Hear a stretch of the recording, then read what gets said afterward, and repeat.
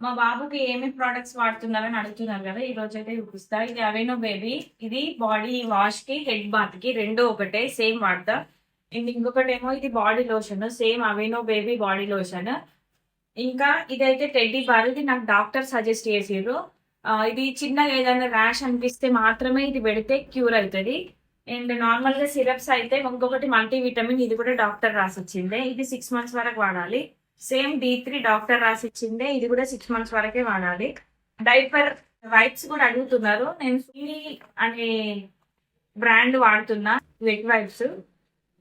Diapers అయితే Mamy Poko pants extra absorb అనేది వాడుతున్నా. సో ఇదైతే ఫుల్ నైట్ బాగా అబ్జర్వ్ చేసుకుంటది.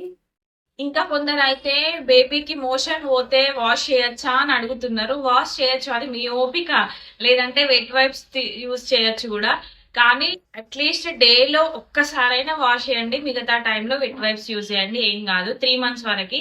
3 మంత్స్ దాటిందంటే ఖచ్చితంగా మీరు వాష్ చేయాలి. బేబీకి గోరువెచ్చని నీళ్ళతో వాష్ చేయండి, చల్లటి నీళ్ళతో వాష్ చేయొద్దు.